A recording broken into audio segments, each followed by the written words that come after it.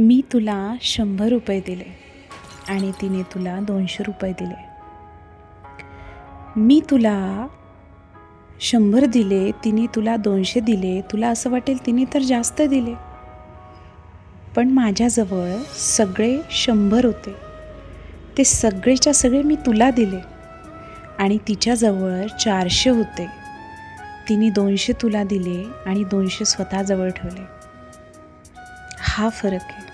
मी माझं सर्वस्व दिलं, पण इव्हेंच्युअली तिने तुला जास्त पैसे दिले. याचा अर्थ तिचं तुझ्यावर जास्त प्रेम आहे असं तुला वाटू शकतं, पण फरक आहे.